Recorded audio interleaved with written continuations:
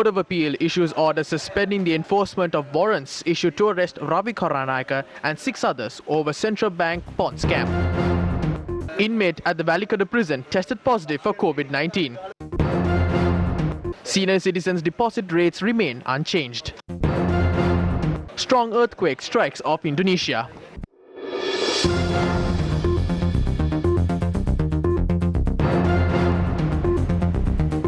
Hello there and welcome to Lunchtime News here on TV1. You're joining me, David Paldano.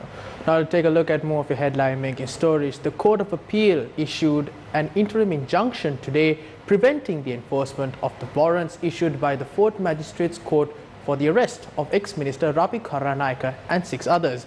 The order was made after the Court of Appeal considered the petitions filed with court seeking a writ order be issued preventing the enforcement of the warrants issued by the 4th Magistrates Court.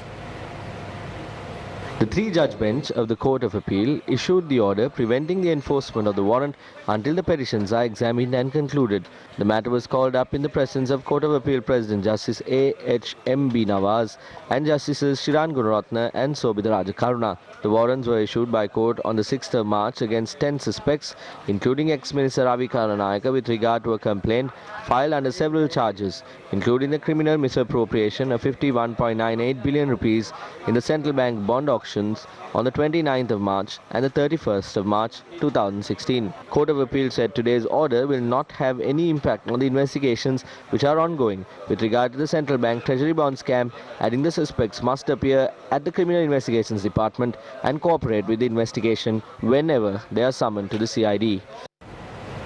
Now, the Director General of Health Services, Dr. Anil Jasinghe, said an inmate at the Valikada prison has tested positive for COVID-19. The Government Information Department said the inmate had been transferred from the Treatment and Rehabilitation Centre East Kandakadu to Valikada on the 27th of June.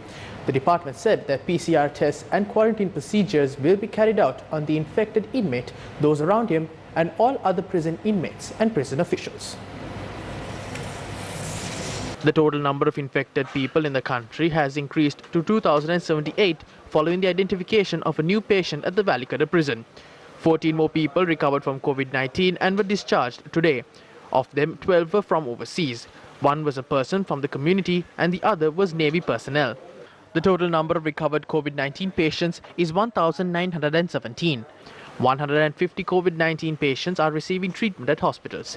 The Army said that 5,971 people are in quarantine at 50 different quarantine facilities. Army spokesperson Brigadier Chandana Wickramasinghe said that 19,488 people have completed quarantine and have been sent to their homes.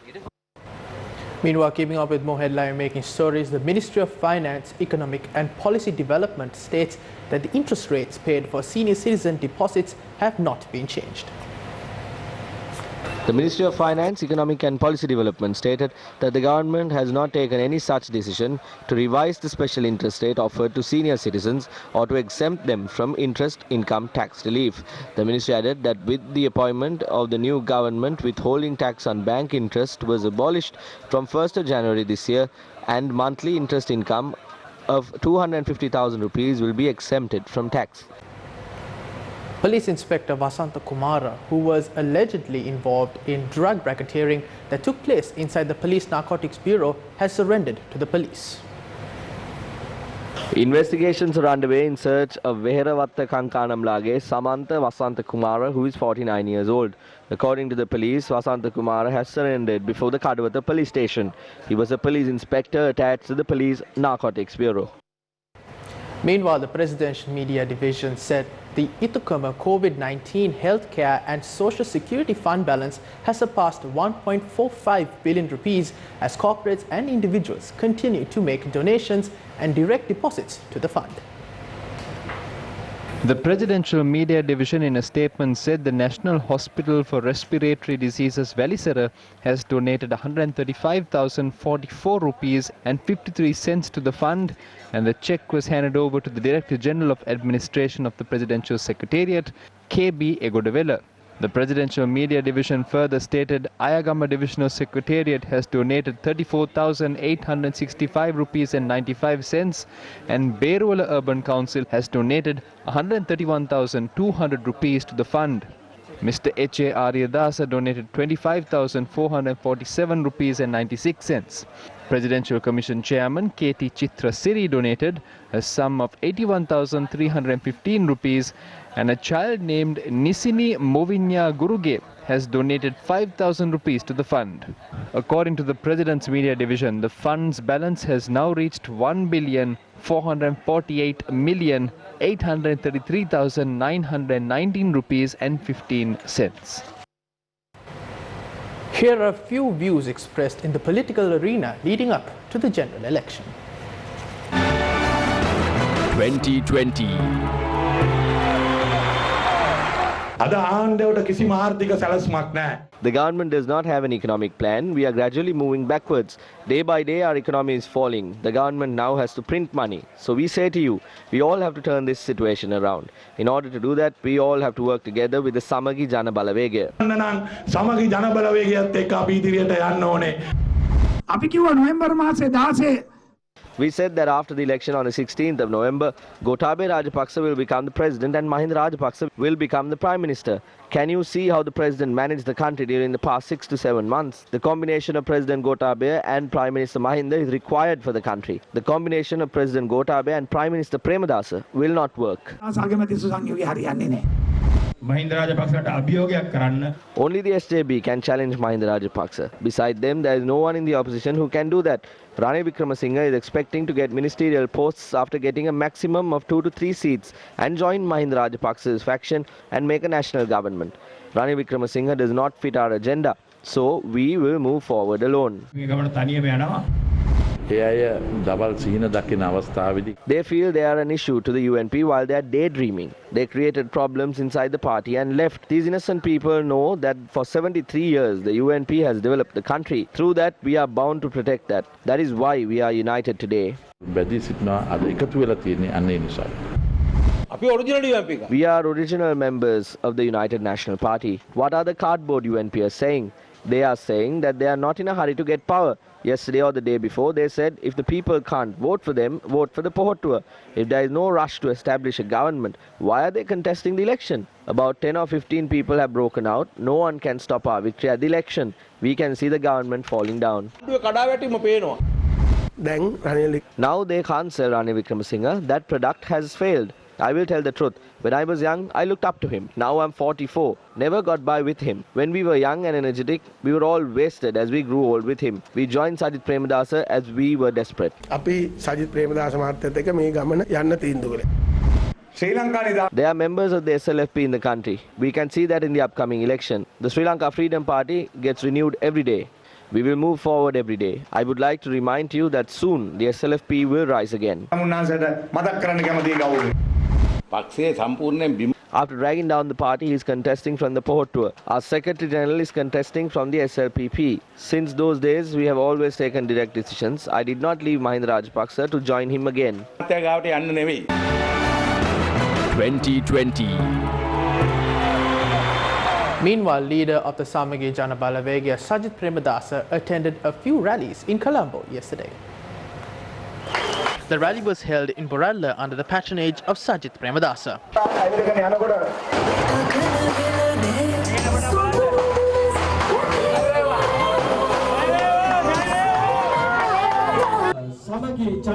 He also attended another public rally in Narayan Pitta.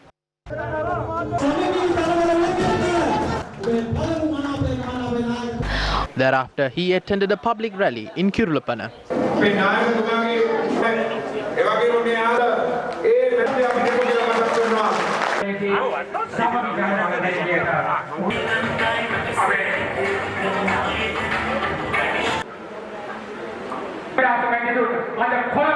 The Dehiwala Samaki Jana Balavegaya Women's Federation was held last night.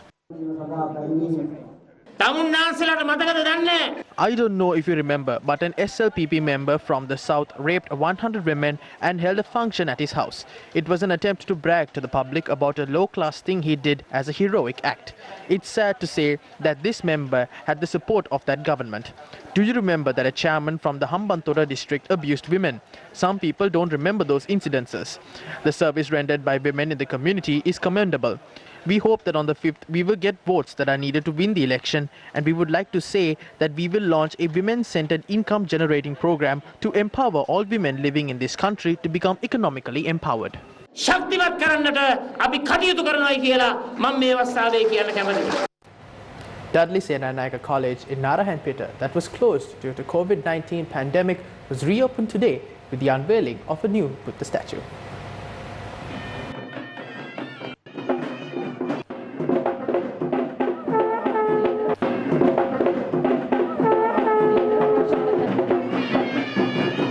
The principal of the Dudley Senanayake College, Venerable Ulapane Sumangalathero, expressed the following views. I would like to speak a few words about the statue of Lord Buddha. We were given this gift by the chairman of the Capital Maharaja organization, R. Raj Mahendran. One day, when I visited the Siras organization, I saw a beautiful Buddha statue along the main road at the Shakya Malake opposite the company. After I inquired from the chairman about this, with his own money, he donated the statue to me. I decided to place this at the school.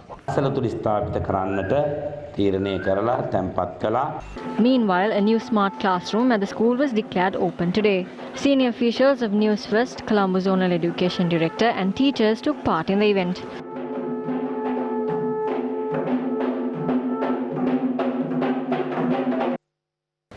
Now, keeping up with more headline-making stories, the 5 suspects arrested in connection with the harassment of the Russian woman in Sri Lanka are to be produced before the 4th Magistrates Court today. A Russian woman was arrested at Goldface Green on the 5th of July. A complaint was lodged at the Fort Police yesterday in this regard. The police then arrived at the location following the complaint. Police stated that the 5 suspects were arrested. DIG of the Western Province, Deshabanda Tennukun, said that the main suspect in the incident was also among those arrested. A video relating to the harassment of this Russian woman has been circulating on social media since last night. Investigations have revealed that the suspects were residents of Colombo. We'll go into tourist police. Yes, so we were just hanging around with my friends and walking down and past a group of people, a group of boys, quite young, and they start talk something to us. Unfortunately, I don't speak Sinhala. I couldn't understand exactly what they told, but of course I realized that they speak something about me because I've seen my friend's reaction and reaction of those guys. So we were trying to just pass it, leave them, but they were still coming out and hanging out, start this attack, and finally when we tried to calm them down, it didn't work. So, and they start actually hit him because he was protecting me. So I put out my camera. It was only one thing in my mind what I can do, and luckily it helped. Well, that is a wrap of lunchtime news here on TV1. For more news, log on to our award-winning website www.newsfirst.lk. For the Newsfirst team, I'm David Paldad. Take care.